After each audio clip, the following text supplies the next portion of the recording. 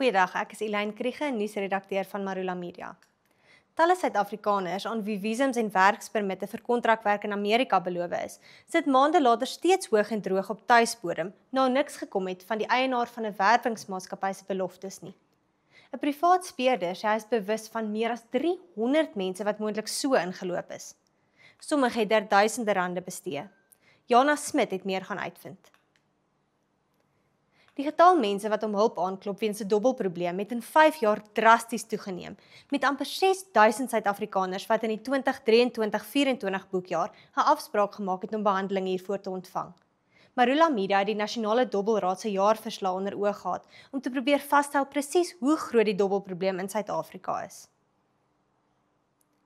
Boere wat hul Eskom-krag met sonkrag aanvul, kan verwag dat hulle Eskom-rekeninge met aansienlik meer kan styg as die 12,7% gemiddelde verhoging wat NERSA vir Eskom goedgekeur het.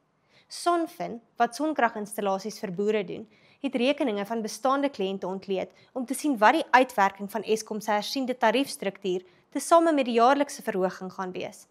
Antoinette Slabbert het gaan uitvind wat hierdie ontleding opgelewer het.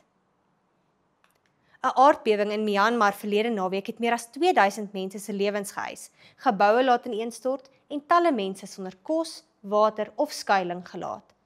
'n Suid-Afrikaner wat in Myanmar woon het haar angswekkende ervaring met Jana Smit gedeel. Karen Wessels was in die vroeë 2000s 'n bekende gesig op die kassie en die verhoog. 'n Dekade later, op die ouderdom van 38, het sy egter besluit om rekeningkunde te gaan studeer, 'n beroep wat sy sedertdien beoefen het. Nou is die gewilde hoofmeisie-aktrise terug in die vermaakbedryf en tans besig met opnames van Marula Media se radiodrama Strandloper.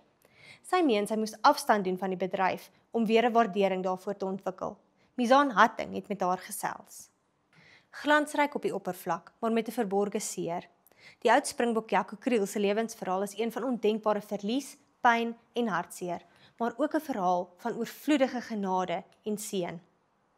Die oud leeu's en Springbok flank het met Marula Media gesels oor sy reis na genesing en aanvaarding en die verskil wat hy nou in ander se lewens wil maak.